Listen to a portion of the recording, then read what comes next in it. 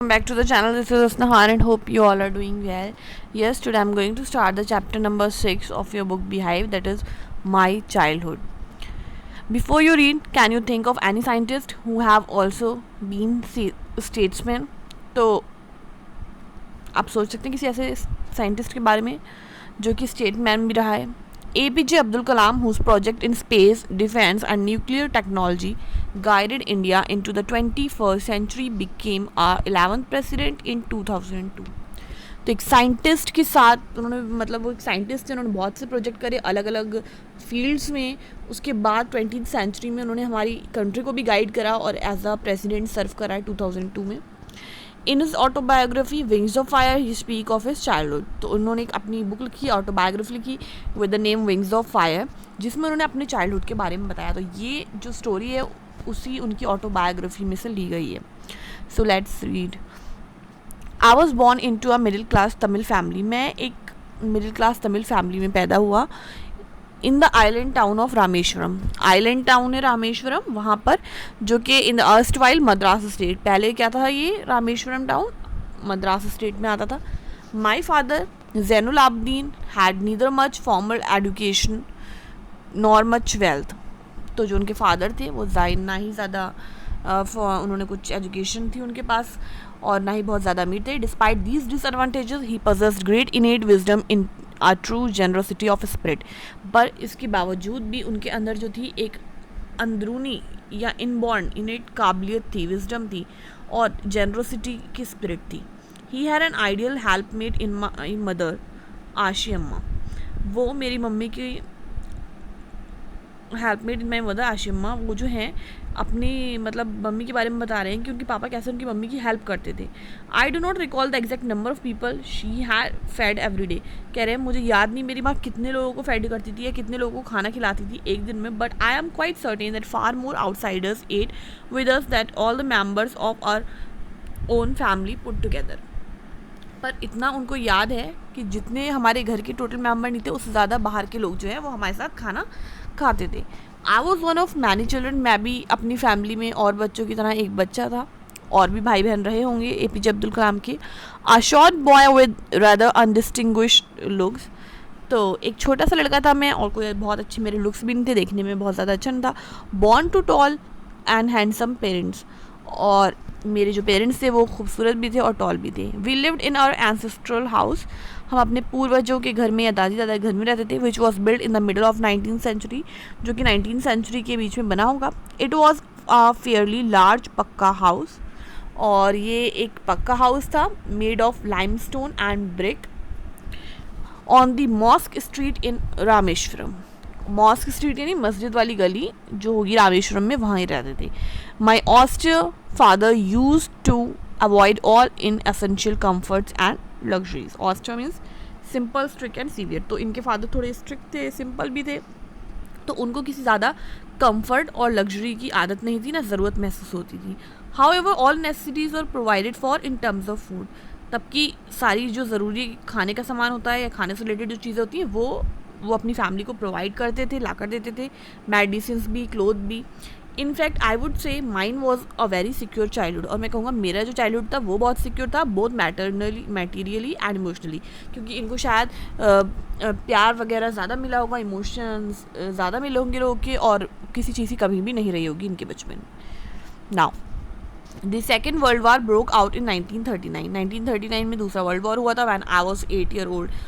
उस टाइम में सिर्फ 8 साल के थे. For reasons I have never been able to understand a sudden demand for tamarind seeds erupted in the market. और मुझे नहीं पता किस वजह से जो है एकदम से बहुत ज़्यादा जो है टैमराइंड सीड्स यानी इमली के बीज की जो है डिमांड मार्केट में बढ़ गई थी. I use to collect the seeds and sell them to a provision shop on mosque street. तो मैं उनको इकट्ठा करता था और मस्जिद स्ट्रीट की एक गली में जाकर के, मस्जिद की गली में जाकर के एक दुकान पे उसको मैं बेच देता था. Our day's collection would fetch me the princely sum of 1 anna. और मैं जितना मतलब कलेक्ट करता था और उसे जाके बेचता था तो मुझे क्या मिलता था, एक दिन का 1 अन्ना मिलता था. आप कह सकते हो उस टाइम पे पैसों को ऐसे ही गिना जाता था. My brother in law Jalaluddin would tell me stories about the war which I would later attempt to trace in the headlines of Dinamani. कह रहे हैं मेरे जो ब्रदर इन लॉ थे, शायद इनके सिस्टर के हस्बैंड में भी, उनका नाम था जलालुद्दीन। तो वो इनको कहानियाँ बताया करते थे वॉर की, लड़ाइयों की, जो कि मुझे बाद में समझ में आई हैं, जिनके बारे में मैंने बाद में पढ़ा हेडलाइंस में दीना मनी के। दीना मनी क्या है? दीना मनी इज़ अ न्यूज़पेपर, तभी वहाँ पे हेडलाइंस है, उसमें उन्होंने पढ़ा। और area being isolated was completely unaffected. जो हमारा एरिया था जहाँ पे ये रहते थे वो बहुत ज़्यादा बिल्कुल अलग था, तो इसलिए उसके ऊपर कोई असर नहीं पड़ा वार का। But soon India was force to join the elite forces and something like a state of emergency was declared. But बहुत जल्दी ही इंडिया को मजबूर करा गया कि उसको जो एलिट फोर्सेज थी, उस टाइम पे एलिट फोर्सेज कौन थी? यूके, यूएसए एंड रशिया, तो इनको ज्वाइन करना पड़ गया और फिर इमरजेंसी डिक्लेयर कर दी गई। The first casualty came in the form of suspension of the train halt at Rameswaram station. तो सबसे पहली कैजुअलिटी क्या आई, परेशानी क्या आई कि भाई जो ट्रेन थी उसको सस्पेंड कर दिया गया रामेश्वरम स्टेशन पे, अब ट्रेन जो है वो नहीं रुकेगी। The newspaper now had to be bundled and thrown out from the moving train on the Rameswaram road between Rameswaram and Dhanushkodi. तो कह रहे हैं अब न्यूज़पेपर, क्योंकि पहले ट्रेन जब रुकती होगी रामेश्वरम पे तो आराम से जो न्यूज़पेपर हैं वो दे दिए जाते होंगे रामेश्वरम पे, बट अभी ट्रेन नहीं रुकने वाली है, तो क्या होगा कि न्यूज़पेपर जो है वो कोई ट्रेन में से फेंकेगा, कहाँ पे फेंकेगा? वो रामेश्वरम रोड से धानुषकोडी के बीच में जितना भी एरिया होगा उसे वहाँ पर उतने टाइम में जो न्यूज़पेपर है वो थ्रो करने होंगे। That forces my cousin Shamsuddin who distributed newspaper in Rameswaram to look for helping hand to catch the bundles and as if naturally I filled the slot. तो इनके जो कज़न थे जिनका नाम था शमसुद्दीन, वो पेपर जो है डिस्ट्रीब्यूट करते थे रामेश्वरम के अंदर, पर अभी जब उनको ऐसे फेंक करके दिए जाएंगे न्यूज़पेपर, उनको अकेले तो वो बंडल को कैच नहीं कर पाएंगे इतनी आसानी से, तो अब उनको किसी हेल्पर की ज़रूरत थी। तो वो हेल्पर कौन बना? तो वो हेल्पर की जगह किसने पूरी करी? अब्दुल कलाम ने। Shamsuddin helped me earn my first wages, और शमसुद्दीन की वजह से इन्हें अपनी पहली जो है आप कह सकते हो दिहाड़ी मिली, वेजेस मिली। Half a century later I can still feel the surge of pride in earning my own money for the first time. मतलब आधी सेंचुरी के बाद भी मुझे अब तक वो फीलिंग याद है कि मुझे कितना मतलब गर्व महसूस हुआ था कि मैंने जब अपने पैसे पहली बार कमाए थे। Every child is born with some inherited characteristics. हर बच्चा जो पैदा होता है तो उसके अंदर कुछ ना कुछ इनबॉर्न जो है कैरेक्टरिस्टिक्स होती है into a specific socio economic and emotional environment. और वो कहाँ पैदा होता है? एक सोशियो इकोनॉमिक इमोशनल एनवायरनमेंट में। हर किसी का अलग अलग एनवायरनमेंट होता है। And train certain ways bye figures of authority, और उसको फिर ट्रेन कराया जाता है, उसे चीज़ें सिखाई जाती हैं स्कूल्स में, फैमिली में। आई inherited honesty and self discipline from my father. तो इन्होंने सच्चाई और आप कह सकते हो सेल्फ डिसिप्लिन जो है, अनुशासन, अपने फादर से सीखा। From my mother I inherited faith and goodness and deep kindness and so did my 3 brothers and sister. और अपनी माँ से इन्होंने क्या सीखा? कि अच्छाई में यकीन होना, कि अगर अच्छा काम करोगे तो आपके साथ अच्छा होगा। डीप काइंडनेस यानी आप हमेशा लोगों की मदद करें। तो यही चीज़ें इनके 3 ब्रदर्स और सिस्टर के अंदर भी थी। I had 3 close friends in my childhood. 3 इनके जो है क्लोज फ्रेंड्स थे बचपन में, जिनका नाम था रामानंद शास्त्री, अरविंदन एंड शिव प्रकाशन। All these boys were from Orthodox Hindu ब्राह्मण फैमिली। तो एकदम कट्टर वाली जो हिंदू ब्राह्मण फैमिली होती है उससे बिलोंग करते थे इनके जो फ्रेंड्स थे अब्दुल कलाम के। As children none of us ever felt any difference among our सेल्व्स। क्योंकि हम बच्चे थे, हमें तो अपने अंदर कोई डिफरेंस दिखाई नहीं देता था कि हम हिंदू या मुस्लिम हैं। Because of our religious differences and upbringing, हमें कोई फ़र्क नहीं लगता था कि हमारा रिलीजियस कोई डिफरेंस है या हमारी परवरिश में कोई फ़र्क है, हम सबको एक तरीके से पाला जाता था। In fact Ramanand Shastri was a son of पक्षी लक्ष्मण शास्त्री। रामानंद शास्त्री किसके लड़के थे? पक्षी लक्ष्मण शास्त्री के। ये कौन थे? The high priest of the Rameswaram temple. ये बहुत बड़े पुजारी थे रामेश्वरम टेम्पल के, उनका बेटा था वो। Later he took over the priesthood of the Rameswaram temple.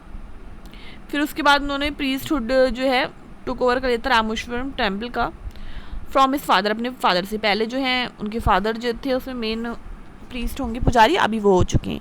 Aravindan went into the business of arranging transport for visiting pilgrims. Aravindan किस बिजनेस में चले गए थे कि भाई जो भी पिलग्रिम्स आते थे, पिलग्रिम्स किसी कौन कहते हैं? श्रद्धालु जो आया करते थे उनके लिए ट्रांसपोर्ट की जो व्यवस्था थी वो उस बिज़नेस में चले गए, ट्रांसपोर्ट के में, जैसे बसेस वगैरह अरेंज करना, भेजना। एंड शिव प्रकाशन बिकेम अ केटरिंग कॉन्ट्रैक्टर। अब शिव प्रकाशन कौन बन गए? केटरिंग कॉन्ट्रैक्टर, जो खाने वाने का कॉन्ट्रैक्ट लेते हैं फॉर द सदर्न रेलवेज। तो सदर्न रेलवेज के लिए। तो अब इन्होंने बता दिया कौन क्या काम करता है। पहले इन्होंने किसका बताया कि ये जो थे मतलब इसका पहला फ्रेंड जो था रामानंद शास्त्री, उसने क्या करा था, पहले उसके पापा जो मतलब प्रीस्ट थे, पुजारी थे, तो उनकी जगह ले लिए। बाकी सेकंड वाला क्या कर रहे हैं, सेकंड वाले पिलग्रिम्स के लिए ट्रांसपोर्ट अरेंज करना और वाले बिजनेस में, and third one catering business contractor. Okay, तो अभी अब तक आपको मेरे ख्याल से इंटरेस्ट आ रहा होगा स्टोरी के अंदर। तो अगर आपको इंटरेस्ट आ रहा है तो don't forget to hit the like button, also subscribe to the channel if you hadn't already, and do share it with your friends। और फिर हम नेक्स्ट पार्ट में जो स्टोरी है इसको कंटिन्यू करेंगे। Till then take care, stay safe.